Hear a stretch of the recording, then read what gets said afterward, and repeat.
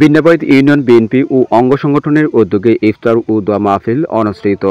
বিএনপির কেন্দ্র ঘোষিত কর্মসূচির অংশ হিসেবে জাতীয়তাবাদী দল বিএনপির নির্বাহী কমিটির স্বেচ্ছাসেবক বিষয়ক সহ সম্পাদক ও ছাত্রদলের কেন্দ্রীয় কমিটির সাবেক সভাপতি আব্দুল কাদির ভূঁইয়া জুয়েল এর তত্ত্বাবধানে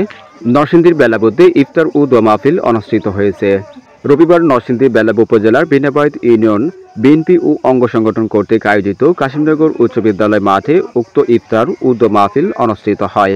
বিন্নাবাইদ ইউনিয়ন বিএনপির সভাপতি জাকিরুল ইসলাম জাহাঙ্গীর এর সভাপতিত্বে বিশেষ অতিথি হিসেবে উপস্থিত ছিলেন স্বেচ্ছাসেবক দল কেন্দ্রীয় কমিটির সাবেক সদস্য এস.এম. শৈবাল হোসেন, নরসিংদী জেলা যুবদলের সহ সাংগঠনিক সম্পাদক মোহাম্মদ বিল্লাল হোসেন, বেলাব উপজেলা বিএনপির যুগ্ম আহ্বায়ক সর্দার মোহাম্মদ জাকির হোসেন, বেলাব উপজেলা বিএনপির সাবেক সাংগঠনিক সম্পাদক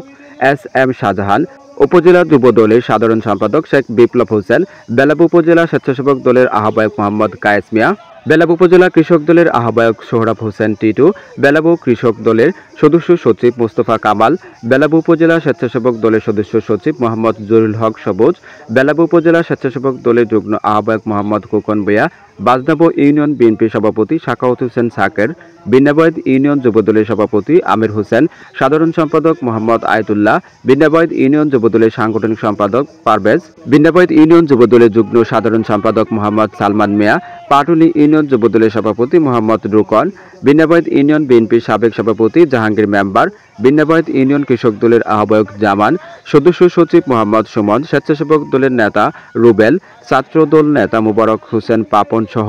বিভিন্ন নেতৃবৃন্দ।